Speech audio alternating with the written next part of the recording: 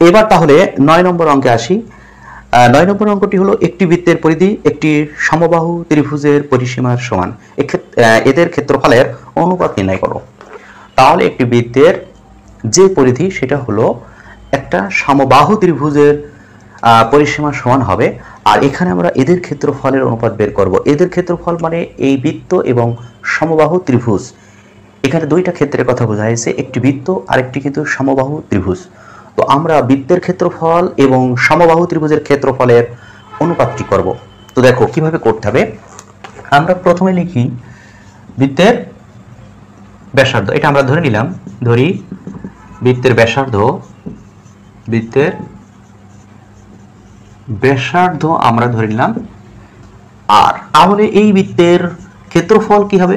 বৃত্তের ক্ষেত্রফল লিখবো আমরা পাই আর স্কয়ার। এখন বৃত্তের পরিধি সূত্রটি আমরা কি জানি? বৃত্তের পরিধি মানে আমরা জানি 2 পাই আর। বৃত্তের পরিধি মানে 2 পাই আর। এখন দেখো বৃত্তের পরিধি হবে একটা সমবাহু ত্রিভুজের পরিসীমার সমান, তাহলে এই পরিধির মানটি আমরা বলবো সমবাহু ত্রিভুজের। অতএব সমবাহু ত্রিভুজের পরিসীমা কি হবে? 2 পাই আর। কারণ বৃত্তের যে পরিধি সেটা হবে একটা সমবাহু ত্রিভুজের পরিসীমার সমান, তাহলে এটা বলা যায়। এখন আমরা আরেকটা বিষয় জানি যে একটা সমবাহু ত্রিভুজের পরিসীমা থেকে যদি এক বাহু নির্ণয় করি তাহলে সেটা কিন্তু 3 দিয়ে ভাগ করতে হবে। তাহলে এই সমবাহু ত্রিভুজের পরিসীমা যদি এই হয়, সমবাহু ত্রিভুজের এক বাহু হবে কিন্তু দেখো, এক বাহুকে আমরা এ দিয়ে প্রকাশ করলাম, এক বাহু এ হবে, এই পরিসীমাকে 3 ভাগ করব। আবারও বলি যে একটি সমবাহু ত্রিভুজের পরিসীমাকে যদি 3 দিয়ে ভাগ করা হয় তাহলে কিন্তু ওই সমবাহু ত্রিভুজের এক বাহুর মান পাবো। পরিসীমাকে 3 দিয়ে ভাগ করতে হবে। বর্গক্ষেত্রের পরিসীমাকে 4 দিয়ে ভাগ করলে বর্গের এক বাহু পাওয়া যাবে। এই নিয়মগুলো, এই টুকিটাকি নিয়মগুলো কিন্তু আমাদের জানতে হবে। এরপরে দেখো সমবাহু ত্রিভুজের এক বাহু যদি এটা হয়, এখন সমবাহু ত্রিভুজের ক্ষেত্রফল কি হবে? আমরা কিন্তু এই অংশটুকু সমবাহু ত্রিভুজ সম্পর্কে বলছি, তাহলে সমবাহু ত্রিভুজের ক্ষেত্রফল কি হবে? আমরা সমবাহু ত্রিভুজের ক্ষেত্রফলের সূত্রটি জানি √3/4 a স্কয়ার। আমরা কিন্তু এটা 16.1 চ্যাপ্টার থেকে করছি, √3/4 a স্কয়ার। এ মানে ওই সমবাহু ত্রিভুজের এক বাহু, আর এই এক বাহুর মান কিন্তু আমরা অলরেডি পেয়ে গেছি। তো যাই হোক, এখানে আমরা বসাই দিব √3/4 a স্কয়ার মানে হলো 2 পাই আর বাই 3 তার স্কয়ার। তো যাই হোক, আমরা আমাদের এখানে কিন্তু প্রশ্নটি চাইছে কি যে বৃত্তের পরিধি এবং সমবাহু ত্রিভুজের বৃত্তের ক্ষেত্রফল এবং সমবাহু ত্রিভুজের ক্ষেত্রফলের অনুপাতটা। তাহলে আমরা এখানে এই ক্ষেত্রফল এবং এই ক্ষেত্রফল, এই দুইটি ক্ষেত্রফলের অনুপাত করব। তো দেখো এখানে আমি একটু সাইডে আসি, এই অংশটুকু আমি এখানে মুছে দিই। বৃত্তের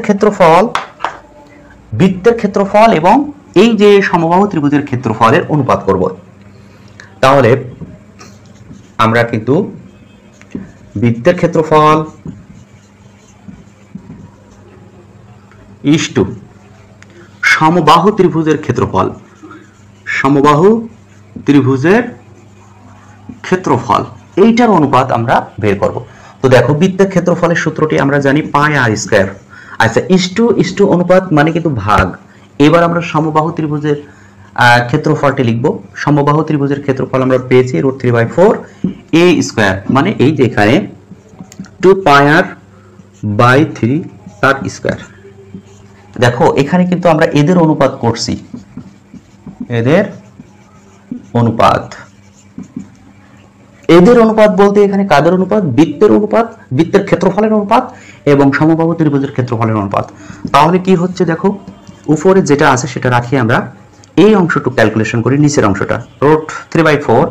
এরপর দেখো এই স্কয়ারটি কার? সবাইকে দিয়ে দাও।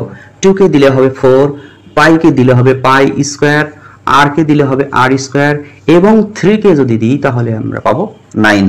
তো দেখো এখানে কিন্তু এই যে 4, এই 4 কাটবে, এই 9টা নিচেই থাকবে, এটা কিন্তু উপরে। আমরা যদি উল্টাই দিই তাহলে কিন্তু এই 9টা উপরে উঠবে, তাহলে 9 আর উপরে তো আছে পাই আর স্কোয়ার, নিচেই তাহলে হবে দেখো √3 হবে ইন্টু পাই স্কোয়ার হবে এবং আর স্কোয়ার হবে।